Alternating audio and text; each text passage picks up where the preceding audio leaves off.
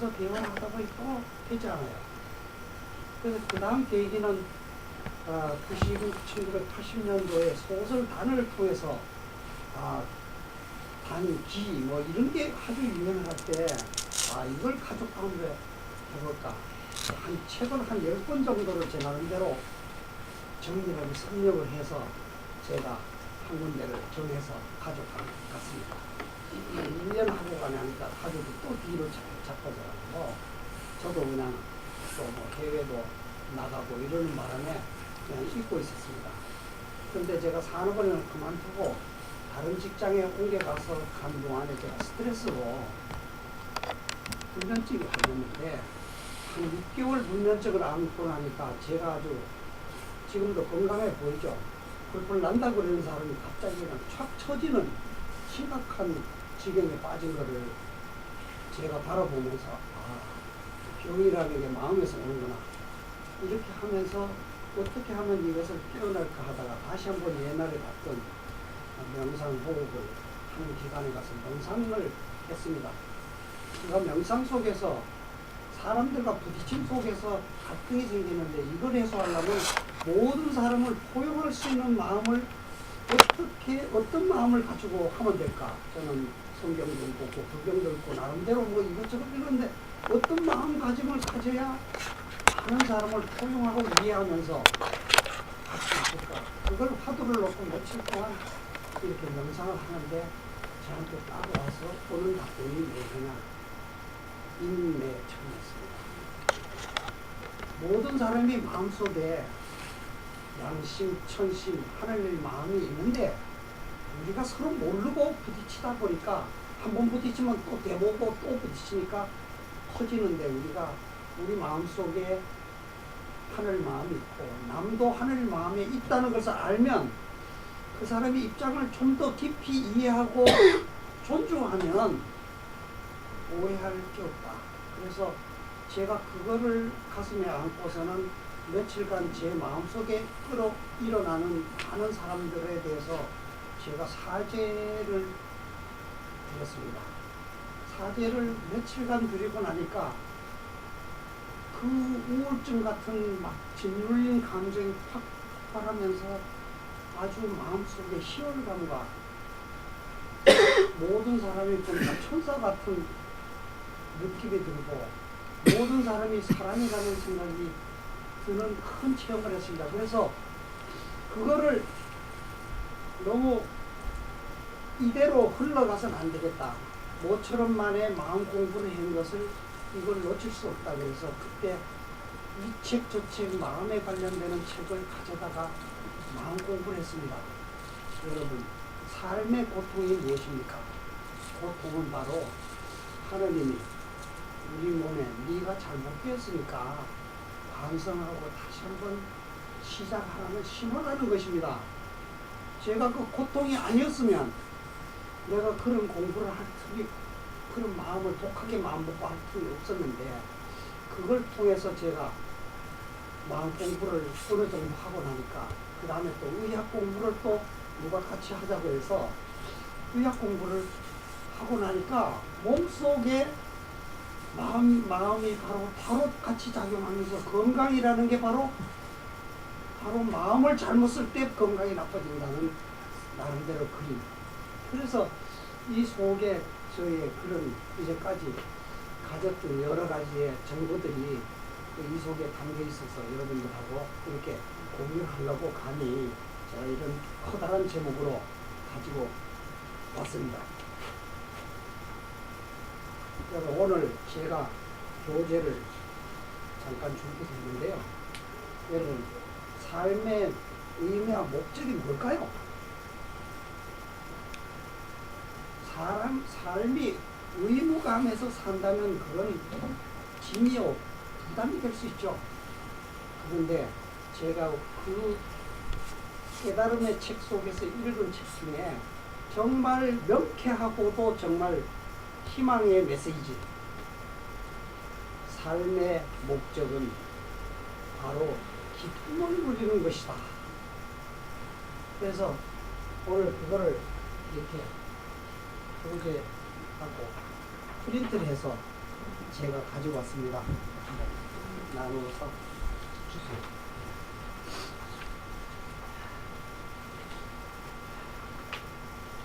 읽어보시면 너무 설득력 있게 우리의 삶의 궁극의 목적은 무엇이냐, 이 세상에 살아가는 각자의 삶에서 그 목적은 무엇인가.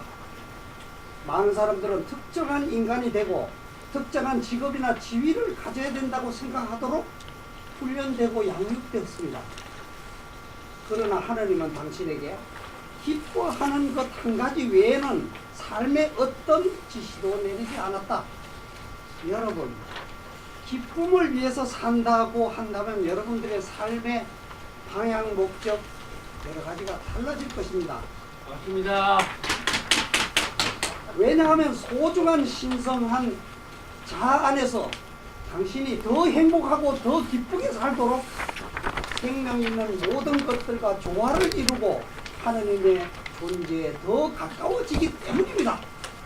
맞습니다. 행복하고 기뻐하는 것이 하느님이 당신에게 바라는 유일한 소망입니다. 이것은 실로 가장 존귀한 감성적인 가치입니다. 맞습니다. 여러분들의 감성이 가장 인생 삶에서 소중한데 가장 고귀한 삶의 감성적인 가치가 바로 행복하고 기뻐하는 것이다. 여러분, 그걸 위해서 살아야 될 거 아닙니까? 다투지 말고 더 서로 행복하게 사는 것을 목표로 삼는, 이것은 실로 고귀한 감성적인 가치로 삶에서 가장 위대한 성취가 이것이다. 무엇을 위해서 살 겁니까? 방법은 무엇일까?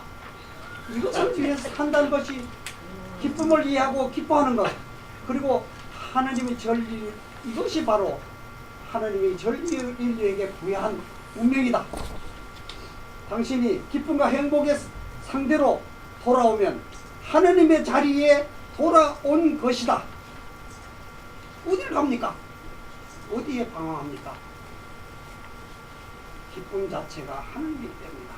여러분, 나머지는 뒤에 읽어보시고 이거 슬라이드를, 예, 이제 목표가 그럴듯하게 제시되었으니까 그걸 한번 내용을 학문적으로 나름대로 체험 속에 얻은 것을, 예, 한번 가보겠습니다. 여러분, 나는 누구인가 하면 당신 누구입니까? 그러면 옛날에 누구고 앞으로 나는 어떤 사람이고 현재의 것을 많이 얘기하겠죠.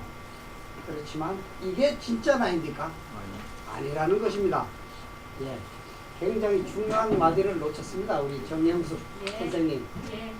야, 우리가 우리의 존재를 이해하려면 지난번에 강의했기 좀 빨리 가겠습니다. 중간에 하다가 말아서 제가 아쉬워서 이번에 마감을 하겠다고 했습니다. 존재의 깊은 의문, 우주는 어떻게 시작되는가, 물질은 무엇인가, 생명이란 무엇인가, 의식이란 무엇인가. 그런데 우리는 과학적으로 증명해서 이 우주 물질이 어느 날 갑자기 꽝 하고 생겼다는 것을 알게 됐습니다. 과학으로 증명을 했습니다. 바로 빅뱅.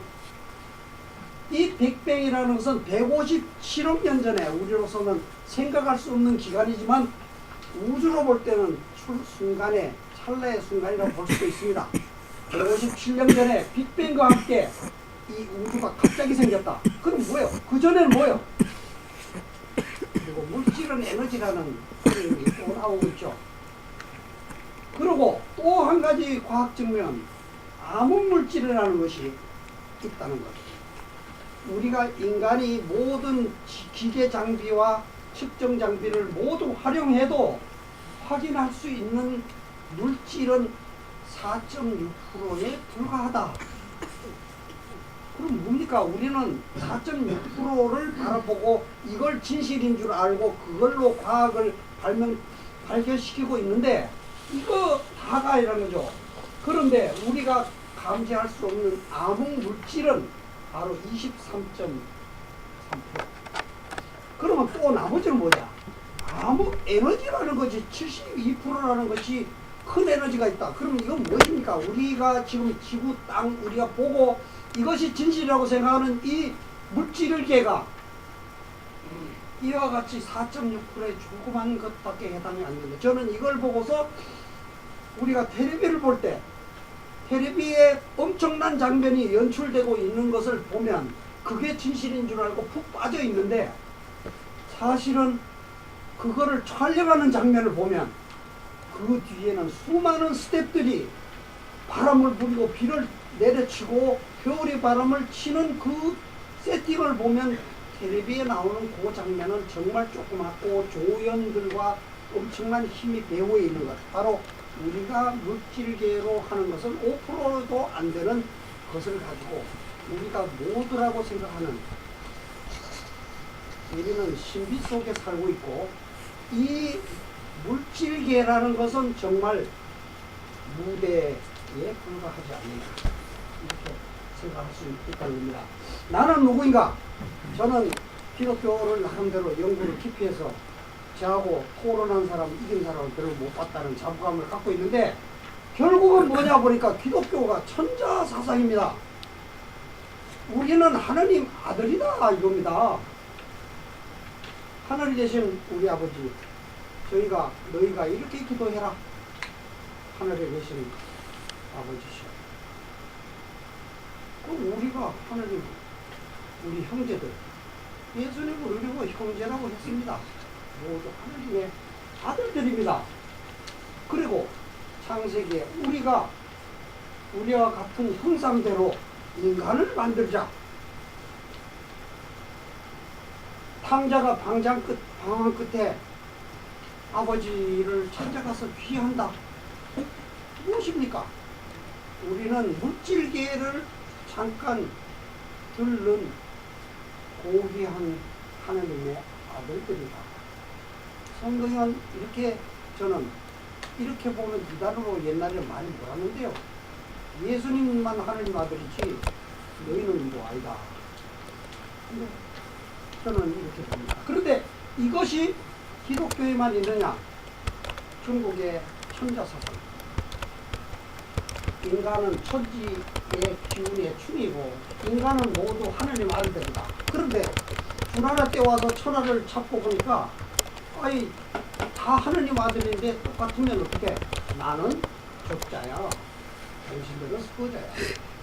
그러니까 인간들한테는 모두 너희들은, 나는 하나님의 직계 아들이기 때문에 나는 하늘의 제사를 나만 지내고 나머지는 모두 하늘의 제사 지낼 수 없어. 하늘 제사를 맡고, 우리는 초선민족, 하늘에 모두 제사 지내는 민족인데, 바로 이 중국의 천자사상은 자기만 우두머리가 하나님의 아들이니까 하늘 제사, 나머지는 모두 세상의 제사만 물질과 뭐 이것만 지내기. 한민족은 바로 천지의 민족입니다. 그래서 천손석입니다. 그래서 동맹무고 영고무천, 그래서 며칠 밤낮을 음주는 있었는지 모르죠. 가무하면서 이 하늘의 제사가 축제의 분위기를 연출한 이 우리의 조상들. 그래서 이것이 고려 말의 사대주의 때문에 중국의 천자를 모시다 보니까 천재를 못 지내다가 이제 고종의 대한제국으로 선포하면서 우리도 제국이다, 황제다, 그러면서 원구당에 비로소 천재를 회복했지만, 이것은 온 국민이 지낸 천재하고는 다른, 우리 민족의 고유의 천재하고는 저는 다른 색깔을 갖고 있는 거죠. 나는 누구인가? 저는 감명을 많이 받은 책이 하나가 도널드 웰시라는 사람의 바로 신가나는 이야기입니다. 이 사람이 10년간 베스트셀러를 1990년도부터 이어왔고, 그래도 한국에 또 독자 모임이 있어서 제가 이 독자 모임에서 참여를 했었습니다. 다음. 네. 그럼 이 사람의 얘기하면 빅뱅이 무엇이냐? 바로 상대성을 창조한 것이다. 이원성을 창조했는데, 바로 무형의 영의 존재, 빛의 존재가 있었는데, 이것만 있어가지고는 뭔가가 작용이 안 되니까 우리가 빛임을 알기 위해서 어둠을 만들자. 어둠을 만드는 것이 바로 물질 세계인데, 이 물질 세계를 빅뱅을 통해 만들면서 물질과 시간과 공간이라는 이런 특수한 무대가 우리한테 생겼다. 그러면서 바로 신도 빅뱅했는데 신의 빅뱅이라는 것은 무엇이냐? 그 거대한 영의 빛의 존재인 하나가 수많은 갈래로 갈라졌는데 그것이 바로 영혼이다. 그래서 이 영혼이 바로 물질계를 체험하기 위해서 들어오는 것이 바로 우리의 존재다. 그래서 인간의 많은 책자 중에 깨우침의 책자 중에 신의 아들이라고 얘기하는 것이 타당하다. 이렇게 얘기를 하고 망각 속에 물질계를 들어오려면 신의 모든 아름 깨우침을 다 갖고 들어오면 안 되니까 어릴 때 모든 것을 망각한 백지 상태에서 태어나게 만든다. 그래서 이게 바로 우리의 인생의 드라마의 게임의 룰이 되는 겁니다. 그래서 삶 속에는 삶의 목적이 그런 무엇이냐? 이 삶 속에서 자신의 신성을 찾는 것이 하나의 우리 삶의 여행이다. 그래서 신이 귀의하는 것은 이 사람은 리멤버, 다시 이 리멤버라는 건 옛날을 기억한다는 말인데 바로 그것이 멤버가 다시 된다. 옛날에 신성의 존재의 멤버로 다시 되는 것이다. 그래서 그것이 바로 소울, 삶의 유일한 목적인데 바로 그것이 영혼의 목적입니다. 이렇게 풀고 있습니다. 천부경 다 아시는 거니까 그 다음 넘어가겠습니다. 쫙쫙쫙 넘어갔습니다. 천부경에서 바로 우리의 위대한 천부경이 그러한 메시지를 갖고 있다 이거죠. 그렇죠? 하나에서 시작하나 시작함이 없는 하나인데 셋으로 갈라지니 그 끝함이 다함이 없다. 하늘이 하나요, 땅이 하나요, 인간이 하나인데 이것이 다시 갈라져서 천이삼, 지이삼, 인이삼 이라는 것은 양극, 음과 양, 남과 여, 땅도 이런 여러 가지 하늘도 밝은 하늘과 어두움의 하늘 뭐 여러 가지로 하면서 이렇게 여러 가지 전환됐지만 결국은 본심 본태양 온 마음은 밝은 태양과 같은 존재들이다. 우리는 그래서 이 빛을 머금을 때 인간 속에는 하늘과 땅이 온전하게 존재하는 인간은 바로 하늘과 땅을 품은 존재. 그래서 모든 것은 하나로 돌아간다. 이 천부경이야말로 인간의 근원을 밝혀주고 모든 종교의 근원을 하나로 몰아줘서 이제 종교가 하나로 통합되는 그 큰 뜻을 품고 있는 경전이 아니냐. 저는 이것을 또 의학적으로 의학적으로 풀어봤습니다. 저 안쪽으로 가시죠. 여기 이렇습니다. 저기 이렇습니다. 아, 저 혼자 가세요. 조금 지각하셨습니다. 예, 의학으로 좀 풀어봤습니다. 나는 내 육체 속에서 나라는 존재가 어떻게 존재하는 것이냐. 나는 누구이냐. 여러분, 좀 벗은 모습이 그렇지만요. 인간의 몸에 신경세포가 닿지 않는 곳이 없습니다. 그렇죠? 인간의 몸은 신경세포에 의해서 컨트롤되고 액션된다고 볼 수 있습니다. 신경세포에는 두 가지 세포 계열이 있습니다. 영어로 하면 어퍼런트라고 하는데요. 이 말초 신경으로부터 뇌로 올라가는 계열이 하나 있습니다. 이건 다릅니다. 올라가는 계열이 있고요. 그 다음에 뇌에서 내려가는 계열이 두 가지가 있습니다. 바로 감각 수용기가 모든 신경의 감각신경으로부터 오는 것이 뇌와 척추를 통해서 뇌로 올라가고 뇌로부터 이것이 다시 반응을 해서 효과기, 근육이나 호르몬세포나 이런 것으로 액션을 하게 합니다. 그러면 우리 몸뚱아리는 바로 뭐냐? 입력과 정보 입력과 출력 장치로 볼 수 있습니다. 바로 조금 전에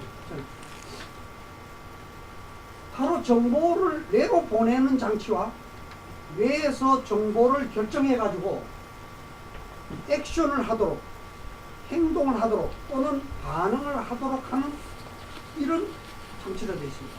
그래서 그래서 바로 뇌는 정보를 드리고 내는 장치. 그래서 뇌를 중심으로 보면 뇌는 바로 이 모든 인체에 일어나는 여러 가지 반응을 전부 종합하고 그것을 액션으로 움직이게 하는 바로 중심, 컴퓨터로 말하면 CPU에 해당되고 나머지는 입력장치와 출력장치, 이 부속장치가 됩니다. 그럼 인간의 몸은 무엇이냐? 바로 뇌가 부리는 부속기기가 되는 것입니다. 우리의 몸은 우리의 부속장치인 것입니다. 그래서 몸과 뇌의 관계는 정보 처리에서의 주종 관계, 뇌는 바로 종합 정보 처리 장치이면서 몸을 운영하는 CPU, 통제 장치고 각 부분은 바로 정보를 입력하는 눈이나 귀나 혓바닥, 피부 모든 것이 정보를 감지하고 입력하는 장치인데 뇌가 그것을 작동하는 몸을 통해서 작동하게 되는 또 출력 장치가 되는 것이죠. 그래서 삶의 가장 중심은 무엇이냐? 바로 뇌가 되는 것입니다. 정말로 뇌에서 모든 것이 일어난다. 이렇게 말할 수 있습니다. 그래서 여기에서 우리가 삶에서 익히 아실 분은 알지만 바로 내 몸은 내가 아니라 내 것이다. 내가 부리는 기기지 진짜 내가 아니다. 모든 현상은 내가 처리해야 될 정보다. 여러분, 죽을 것만 같은 고통 속에 빠져있는 사람이 있습니다. 근데 그 엄청난 고통이라는 것이 뇌로 볼 때는 무엇이냐? 하나의 정보에 불과한 것입니다. 인생은 그 정보를 해석하기에 따라서 자기를 해치기도 하고 그거를 하나의 발전의 새로운 계기로 삼기도 하는 거죠. 바로 우리 몸은 우리가 부리는 기계에 불과한 거지 이것을 그런데 사람은 이것을 위해서 살다가 가버리는 사람이 많죠.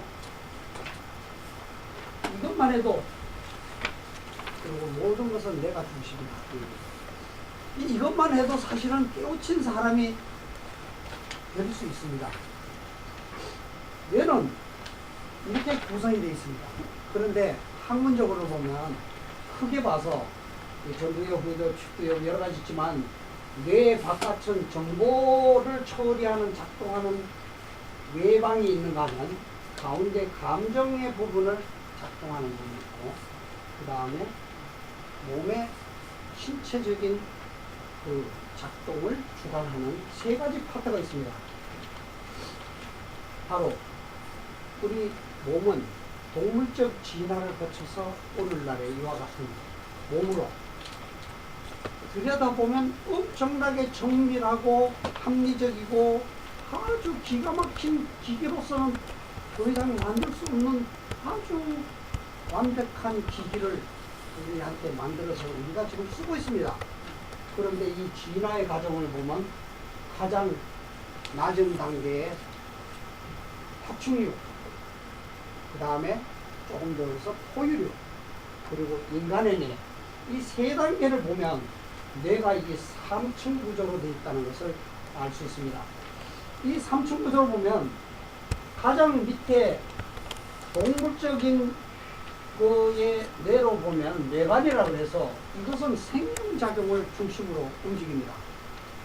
감각에 의해서 생명이 유지되는 도록 설계되어 있기 때문에 우리 몸은 우리가 또는 이 스스로 생명을 유지하도록 작동하도록 되어 있는 작동의 뇌가 하나 있습니다. 그 다음에 구피질은 이 중간에는 감정적인 것과 운동신경 관리를 해서 이 감정 중심의 뇌가 이거는 과거 정보를 통해서 정보를 생산하는 많은 작동을 하는데요.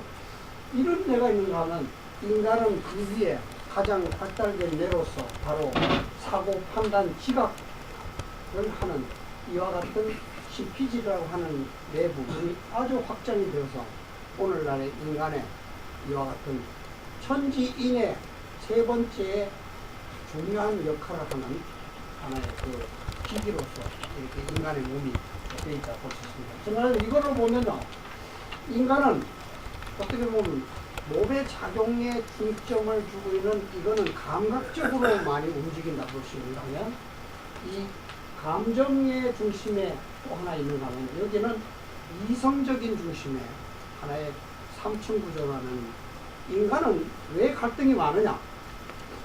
한편으로는 배가 고프다. 한편으로는 자식이 안타깝다 또는 이웃이 안타깝다.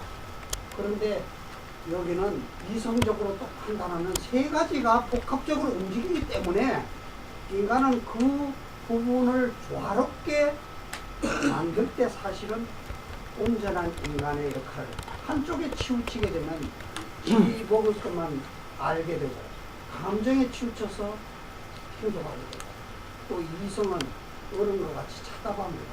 다른 것만 따지다가 남과의 투쟁 싸움을 많이 유발하는 삶이 되겠죠. 그런데 우리 뇌는 정말 정교하게 돼서 컴퓨터를 수백 수천 개를 모아도 다 기능을 못할 정도로 아주 엄청난 기능을 한다고 그러는데 여기에 주요 뇌의 기능을 보면 이 뇌 간에 수없는 정보 교류망이 있어서 서로 연계해서 서로 간에 교감을 합니다. 가장 중요한 뇌의 기능 중에는 좌뇌와 우뇌라는 것이 있는데요.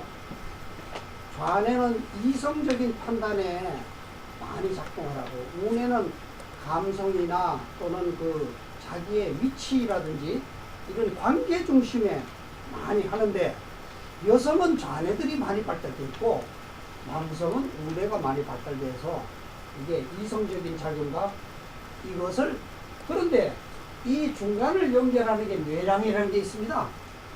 그 뇌량이라는 게 여기를 딱 있는데 이게 잘못된 어떤 역할이 잘못되거나 또는 흥분을 과도하게 하거나 하면 이 뇌량이 이게 소통을 막아버립니다. 그러면 바로 뇌골수가 이쪽 저쪽을 다 겨뤄봐서 결론을 내리는데 그것은 못 내릴 때 뇌골수라는 한쪽에 치우치는 생각을 하게 되는 겁니다. 건강한 뇌는 모든 것을 생각하지만 그런 자, 우리의 존재 그러면 이 뇌도 뭡니까? 뇌도 하나의 기계 장치입니다. 그럼 진짜 우리의 실체는 인간의 존재 정말 실체는 무엇이냐 그걸 한번 짚고 넘어가고 싶어요. 여기에 온몸에 모든 정보는 어디로 모이냐 하면 이게 시상이라는 곳으로 모두 모입니다. 여러분 발끝을 한번 이렇게 보세요. 한번 느껴보세요. 발끝에 감각이 있습니다. 발끝에 정보가 여러 가지 옵니다. 손끝에도 정보가 옵니다. 등에서도 옵니다. 배에서 옵니다. 우리의 수백 수천만 가지의 정보가 일시에 이 시상으로 쏟아집니다. 어떻게 처리합니까? 그런데 우리는 의식이라는 것이 있습니다. 의식이라는 것이 그거를 딱 바라보면 그것이 정보로서 채택이 돼서 그것이 작동을 합니다. 앞에 사람이 지나가는데 생각을 곧돌하게 하고 있으면 앞에 지나가는 사람 안 보여요. 다리를 예를 들면 못에 찔려서 되게 아픈데 망치질 하다가 손등을 찔렸어요. 그럼 이쪽 것이 아픈 게 없어요. 이것만 아파요. 그냥 이게 정보망이거든요. 정보가 딱 왔는데 가장 중요한 것에 의식이 꽂히게 돼 있어요. 그럼 그 정보만이 작동을 합니다. 고민 속에 빠지는 사람, 세상에 수도 없는 좋은 것도 나쁜 것도 사실은 다 섞여 있는데 그 정말 억울한 거라든지 그거 한 가지에 필이 딱 꽂히면 다른 거는 정말 하나도 쳐다보여지질 않는 것이 우리의 의식의 작용입니다. 근데 그거는 수천만 가지가 일어나는 일시에 일어나는 수많은 정보 중에 어느 것을 선택하느냐, 그 선택하는 누가 합니까? 바로 선택하는 게 있기 때문에 우리의 삶이 이루어진다 이거죠. 그것이 무엇이냐? 의식이라고 말하는데 저도 그 선택의 주체는 물질이 아닌 어떤 존재적인 정신적인 무엇이다. 그래서 저는 이 뇌의 운영 작동 속에서 인간이 물질을 이 몸을 장치로서 쓰는 그 주체가 바로 이 시상에서 의식이라는 것으로 작동하면서 선택해서 우리가 그 선택을 통해서 액션을 하도록 하는 무형적인 정시적인 어떤 존재가 있다고, 그것이 바로 우리의 실체라고 저는 그 의학적인 배경으로 설명을 하고 싶습니다. 즉 말하자면 아까 뇌 신경세포의 작동의 모든 것을 통해서 인간의 몸은 기계에 불과하다 그랬는데 그 작동하는 것이 정말 의식과 정신이라는 그런, 그래서 우리는 그 의식 정신이라는 것이 정말 소중하고 그것은 바로 앞에서 얘기한 대로 소중한 존재로서 이 땅에 이 고귀한 육신을 운영하도록 이렇게 허락을 받아서 내려와 있는 우리의 영혼이다, 정신이다, 이렇게 말씀드릴 수 있을 것 같습니다.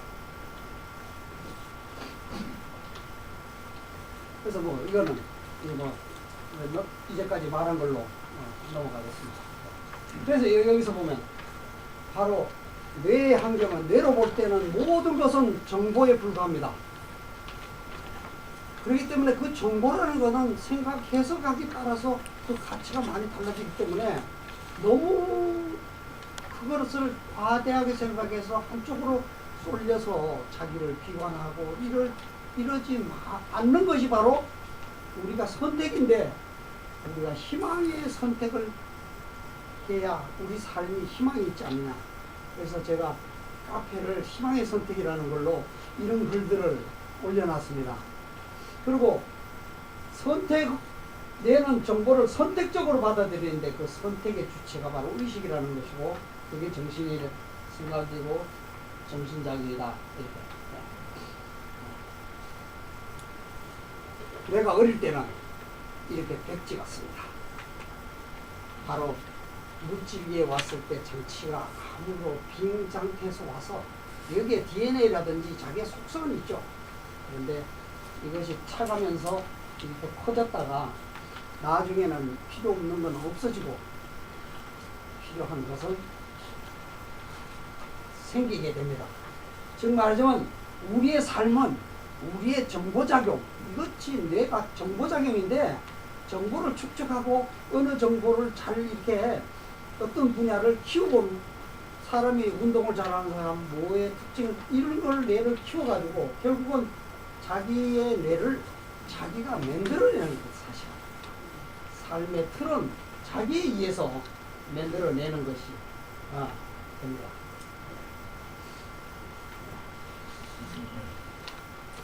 이렇게 신경세포는 이렇게 길이가 아주 길어서 이것이 있는데, 이 핵이 있는가 하면 이것이 바로 전달을 이렇게 조그만 마디를 통해서 여러 군데에 전달하는데 이것을 시냅스라고 합니다. 이 시냅스가 아주 정교해서 이 속에 들어가면 여기에서 전기작용을 일으키면 이게 전기작용입니다. 전기를 일으키면 여기 와서 이 끄트머리 와서 악하니 화학 물질을 여기에 포자가 있는데 포자를 탁 터뜨리면 이 화학 물질이 여기를 건너가면서 여기에서 느껴지는 게 바로 신경 전달입니다. 그러니까 우리가 느끼는 고통이나 어떤 특정한 감정의 무엇은 바로 이런 물질적인 것을 통해서 이루어지는 하나의 기계적인 장치에 불과하다는 것을 다시 한번 이걸로 봤습니다. 여러분, 건강이 중요하죠. 우리 몸이 건강해야 우리의 삶도 의미 있게 잘 살 수 있습니다. 뇌를 연구하니까 건강의 중심점이 어디냐? 바로 시상하부라는 것입니다. 시상 바로 아래쪽에 있는 부분이 시상하부인데 여기에 어떤 것이 있을까요? 여기에 보면 자율신경 중추라는 것이 있습니다. 몸을 자율적으로 내장 관계 기관을 자율적으로 움직이는 이 중추가 여기 있습니다. 그리고 이 또 이 부교감 자율신경 중추가 있죠. 그리고 또 내분비작용, 호르몬 분비가 우리 몸이 당이 많으면 당을 낮춰주고 뼈가 약해지면 뼈에 성분을 공급해주고 우리 몸의 이온 수지를 밸런스를 적정하게 올리고 내리고 하는 것을 적정하게 만드는 것이 호르몬인데 이 호르몬의 중추가 바로 여기 있습니다. 그런데 이 가운데 보면 아주 중요한 기관이 있습니다. 감정 중추가 이 가운데 있습니다. 우리가 기분이 상하면 입맛이 없어지고 소화도 안 되고 때에 따라서는 설사까지 하고 맥박이 뛰고 호흡이 가빠지고 바로 이와 같은 것이 어디에서 나오냐? 이 감정 중추가 이 자율신경계를 자극을 해서 혼란시키는 겁니다.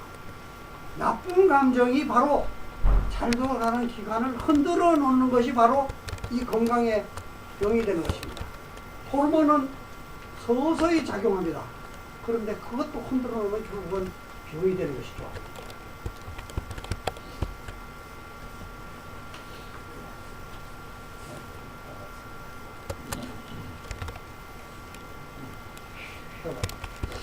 이게 자율신경입니다.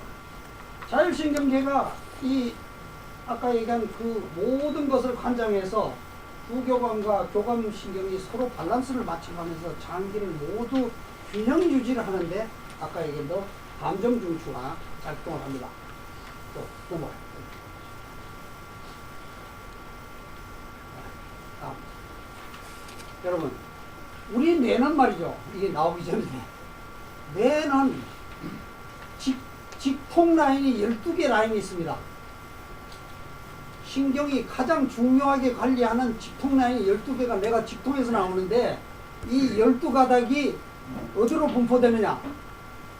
얼굴로 10가닥이 분포됩니다. 여러분들의 표정이 바로 감정의 표정들입니다. 여러분들의 모습이 바로 여러분들이 살아온 그 경륜이 그자 어떤 틀입니다. 얼굴을 보면 사람을 안다고 하죠. 얼굴 속에 감정을 숨길 수 없어요. 그런데 두 갈래가 어디로 가나요? 하나는 아까 얘기한 대로 장기를 움직이는 곳으로 가고 또 한 가지는 목과 어깨를 갑니다. 여러분, 뇌 물질은 우리 몸은 몸을 풀어주면 마음이 풀어지고 마음을 풀어주면 몸이 풀어집니다.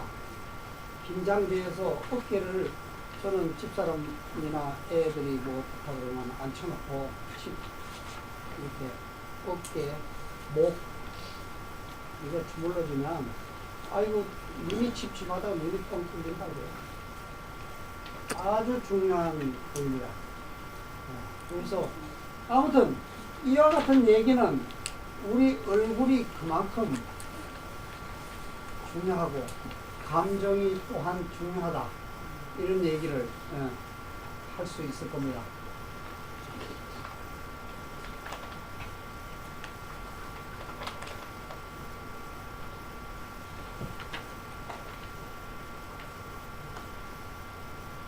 그래서 우리의 몸은 신경으로 연결되어 있는, 작동하는 거대한 네트워크입니다.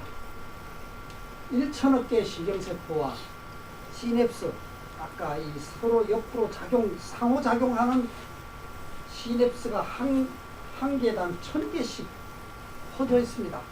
우리 몸은 이렇게 서로 유기적으로 반응하도록 이렇게 되어 있는데, 몸의 이 신경계는 2%에 불과하지만 에너지를 20%나 쓰는 아주 중요한 존재죠. 여러분, 머리가 좋다 그러는 것이 무엇입니까? 바꿔야 합니다. 외우기를 잘하는 게 머리가 좋다고요? 아닙니다. 운동을 잘하는 것도 여러분 머리가 좋은 겁니다. 마음이 착한 것도 여러분 동의하십니까? 네. 머리가 좋은 겁니다.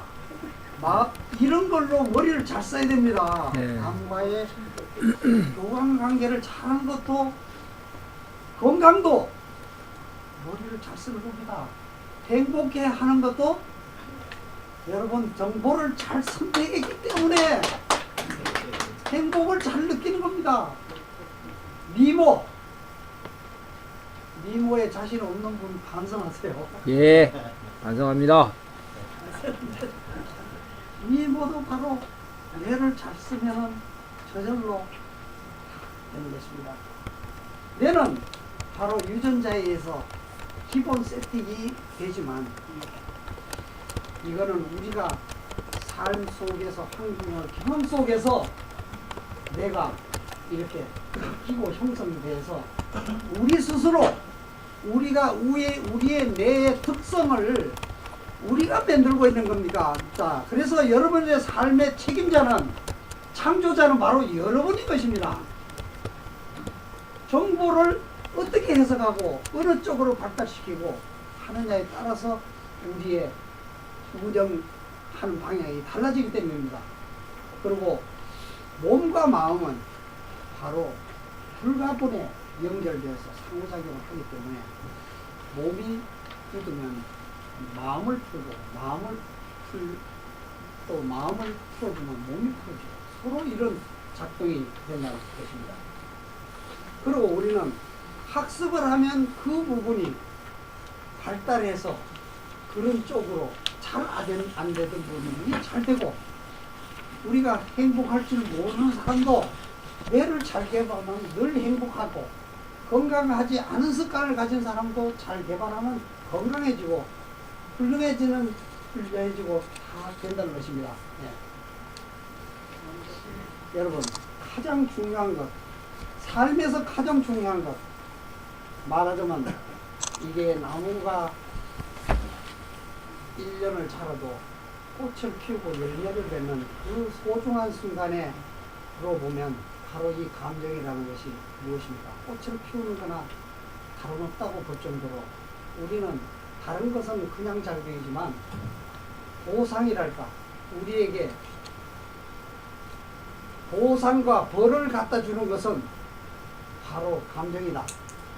감정이 여러분 현재 우리를 천국으로 데려다 주기도 하고 지옥으로 데려다.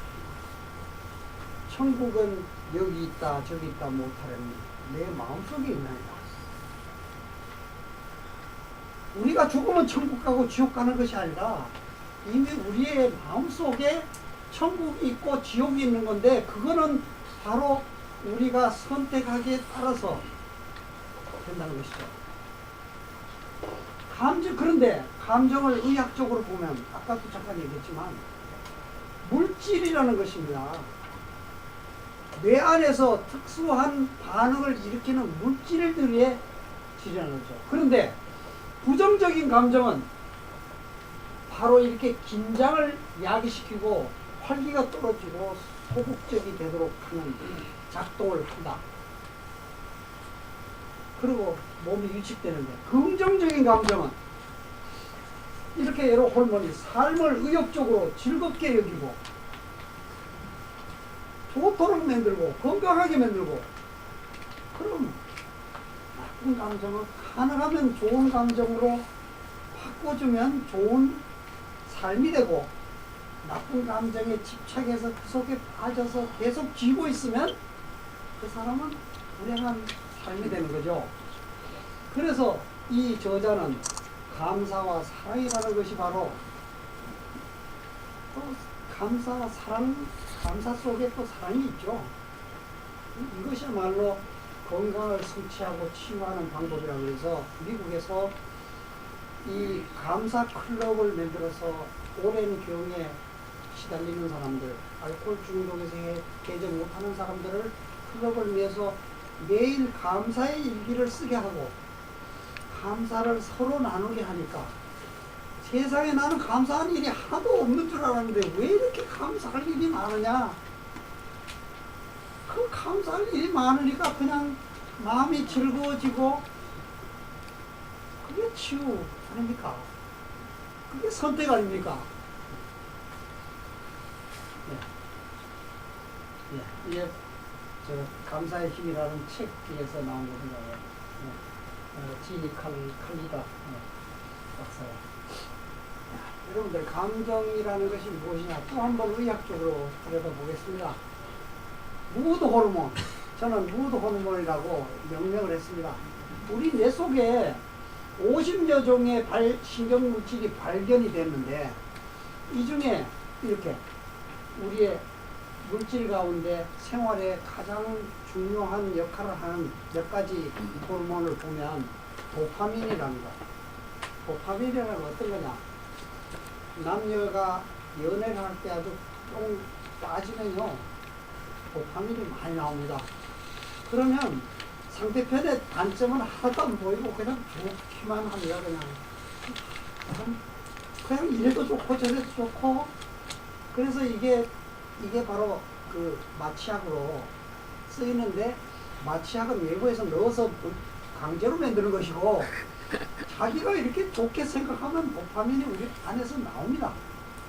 바로 이게 도파민이 전두엽, 이성을 주관하는 중에 가장 중요한 부분이 이 전전두엽인데요.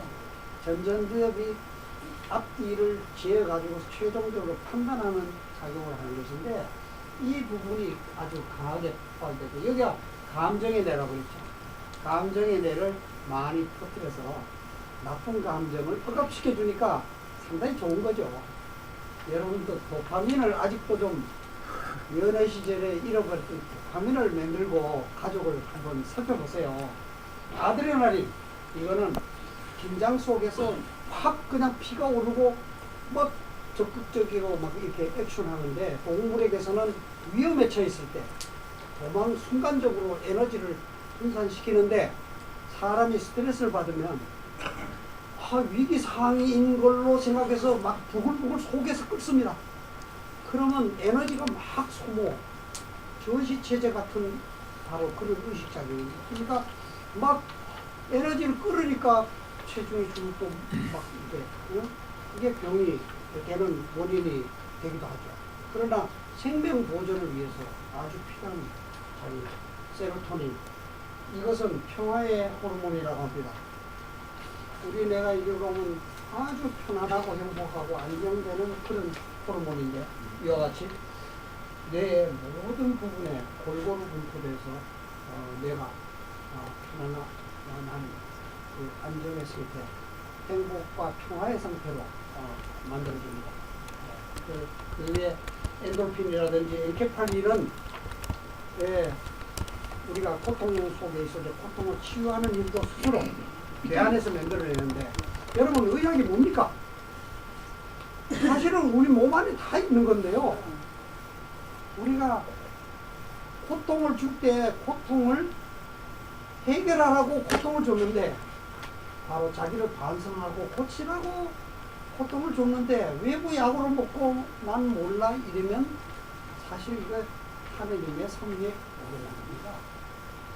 나는 약이 아니라 마음으로 돌아보고 마음으로 스스로 치유하는 방법, 그것이 바로 하느님이 바라는 길이다, 이렇게 생각합니다. 네. 자,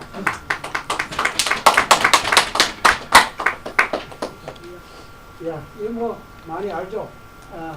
에모토 마사루의 물을 결정을 시키면서 뭔가 음악을 틀어놨더니 아주 베토벤의 운명교향곡과 전원교향을 아름다운 문의로 결정이 됩니다.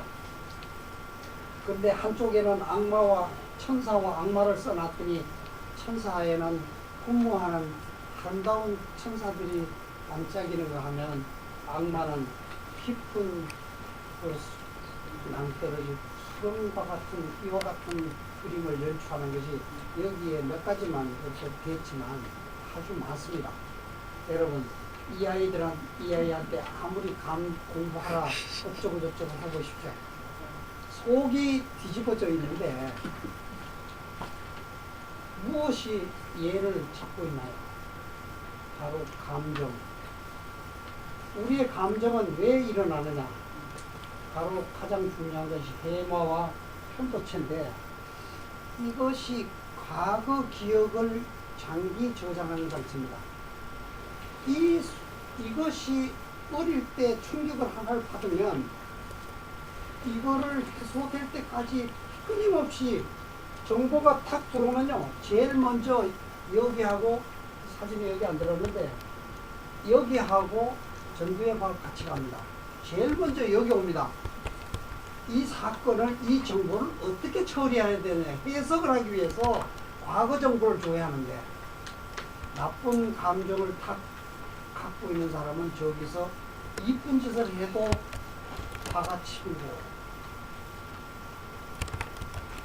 저도 나름대로 컨설팅을 이런 상황을 해봤는데, 어릴 때 아버지한테 호되게 야단을 맞아서 밖에서 벌을 섰던 아이가 40대 축구가 되고 아버지에 대해서 원망과 불편함을 끊임없이 갖고 있으면서 그게 남편하고 아들한테 계속 그걸 열어서 풀어서 그 아버지의 어릴 적 모습을 다시 한번 돌아가서 그걸 정리를 하고 나니까 눈물이 안 나겠습니다. 그렇게 풀어줄 때 이 편도체에 들어있는 과거의 나쁜 정보가 펴지면서 사람이 밝게 피어나는 겁니다. 그래서 그 바로 이와 같은 것을 정리하지 않으면 생각으로는 안 됩니다. 큰 감정적인 충격이 있는 것을 정리하지 않으면 아무리 마음으로 바꾸려도 안 됩니다.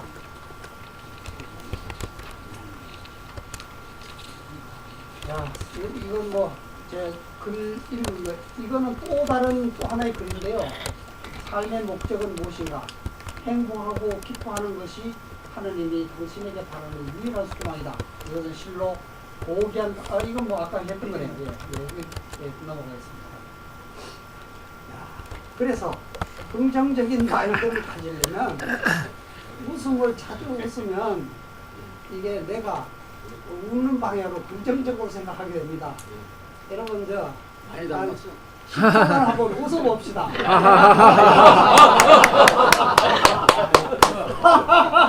크게 웃을수록 좋습니다. 안 웃을 사람도 있어. 몸을 움직이면서 웃으면 기운이 더 잘 풀립니다. 내가 웃기는데 우리한테. 이게 참 시간이요. 이게 중요한 자료입니다. 미국의 의학자가 이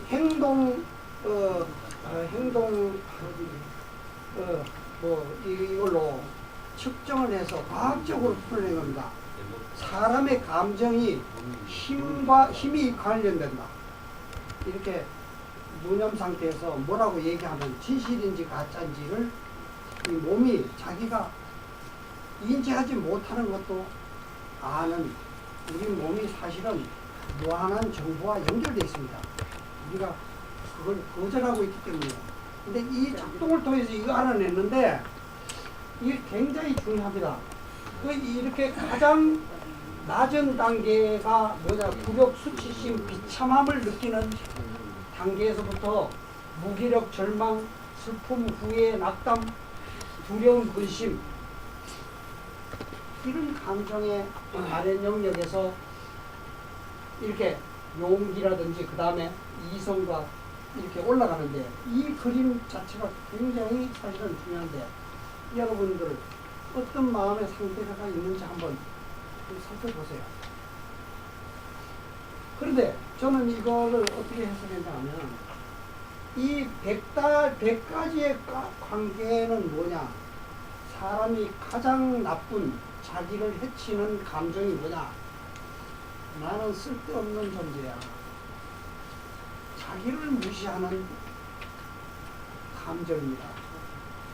그때 바로 이렇게 무기력과 절망과 포기와 비난과 굴욕과 비참 속에서 자기를 해치거나 남을 해치는 것이,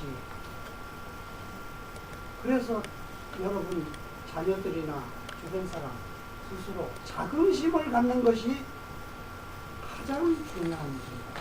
자긍심을 가진 단계가 넘어서면 그 다음에는 무엇과 부딪히냐, 남과 부딪힙니다.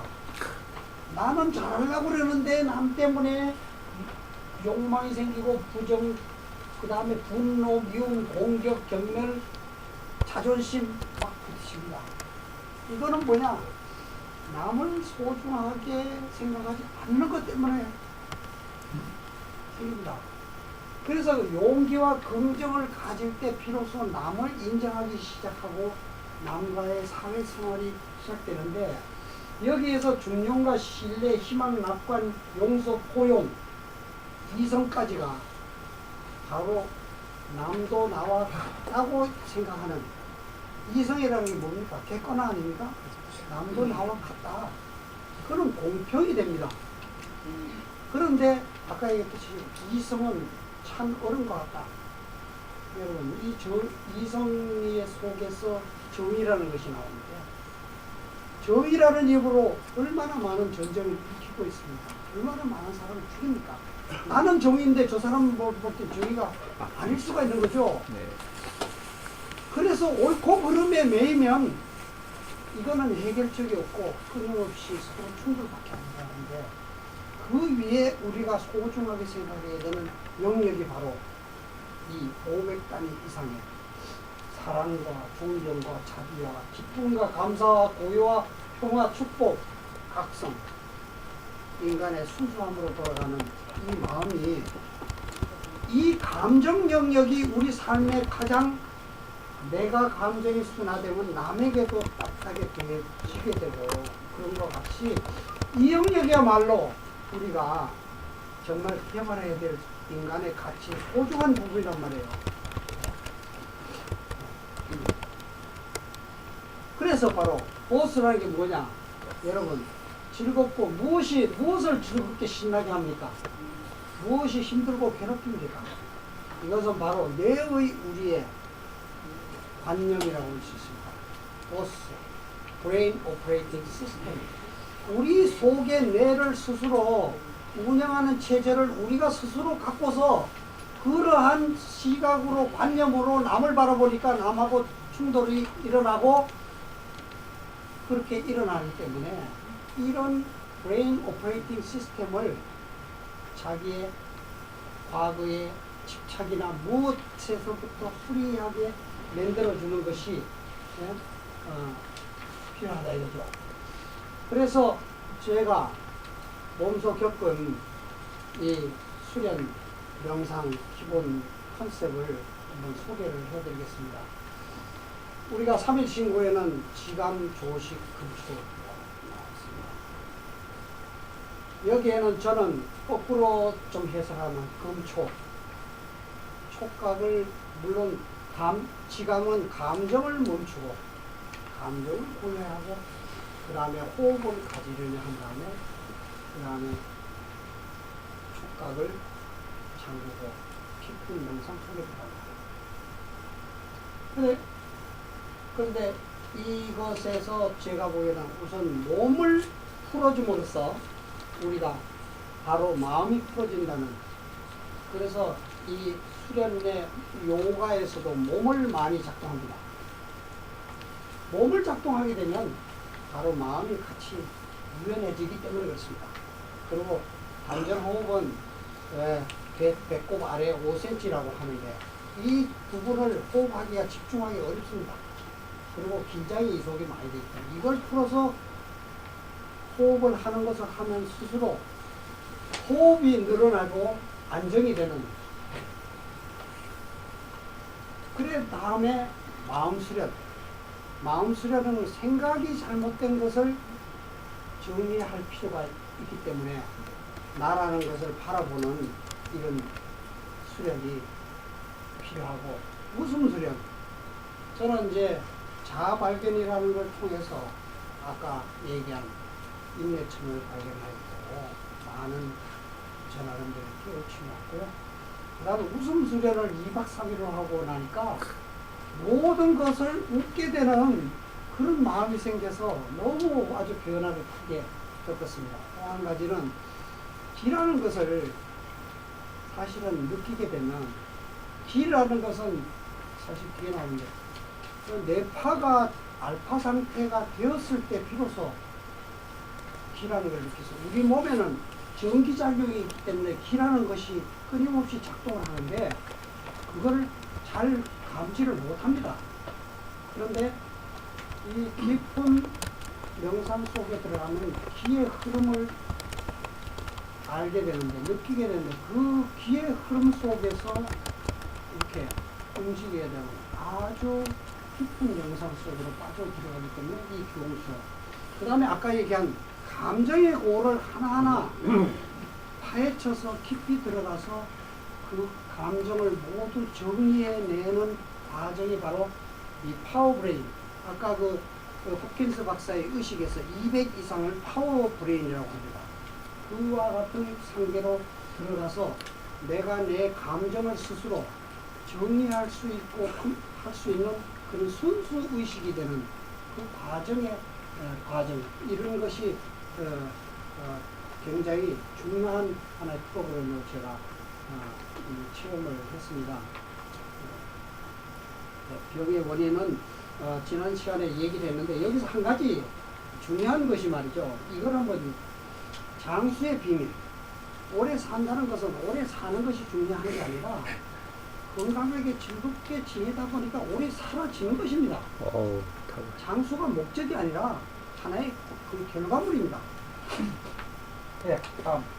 근데 여러분, 코끼리의 수명과 생쥐의 수명이 어떻게 다를까요? 코끼리는 70년을 살고 생쥐는 2, 3년을 산다고 그랬는데, 4년을 산다고 그랬는데 무엇이 다를까요? 수명의 가장 중요한 요소가 뭘까요? 과학적으로 밝혔는데 맥박입니다. 생쥐와 코끼리가 맥박이 숫자가 똑같다, 있습니다. 15조 법에 맥박을 띈다. 근데 수명이 왜 달라요? 코끼리는 맥박이 적어요. 생쥐는, 인간이 장수하는 거예요? 맥박이 낮은 건 뭘까요? 감정이 되는 것입니다. 맥박이 빠르면 흥분, 불안정하다는 것이죠.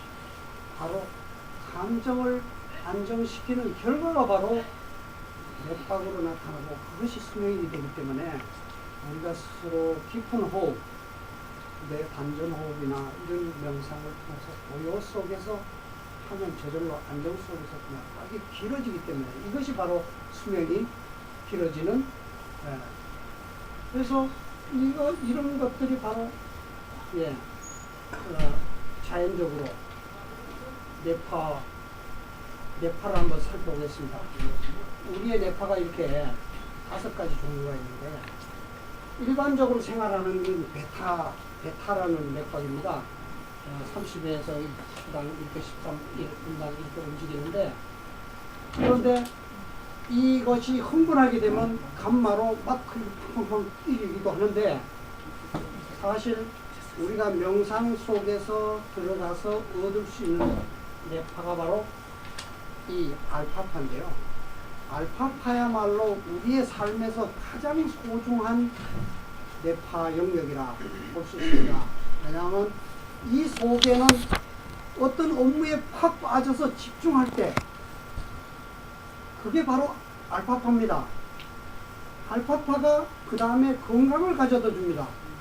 그러니까 능률도 가져다 주고 건강을 가져다 주는 이런 평화를 가져다 주는 이 뇌파가 바로 이런 여러분들의 마음가짐에서 가장 소중한 파장이기 때문에 이런 알파파 그 이상으로 뭐 떨어지면 깨우침까지 간다고 하지만 이런 부분을 많이 그 수련을 통해서나 이렇게 얻으면 여러분들도 긴 수명 편안한 이 호흡이나 이런 안정된 감정을 통해서 바로 이렇게 어린아이들도 기의 흐름을 파악해서 이렇게 감지하게 되면 아주 평화스러운 모습을 연출하게 됩니다. 마지막으로 제가 중요한 말씀을 한 가지 더 드리고 싶은데요. 여기 와 계신 박상천 선생님이 한 달 전에 이 자리에서 강의를 하셨는데 책을 한 권 제가 얻어서 읽어보고 전하는 대로 크게 감동을 했습니다. 이 자리에 이와 같은 것과 연관이 되기 때문에 한 5분간 여러분들한테 사실 이거를 끝낼 수도 있지만 여러분들한테 이걸 드림으로써 더욱더 여러분들 이 강의의 가치가 올라간다는 생각에서 양해를 구하고 마저 좀 프레젠테이션을 하겠습니다. 길을 느끼게 되면 무술도 나오고 다 그렇습니다. 예.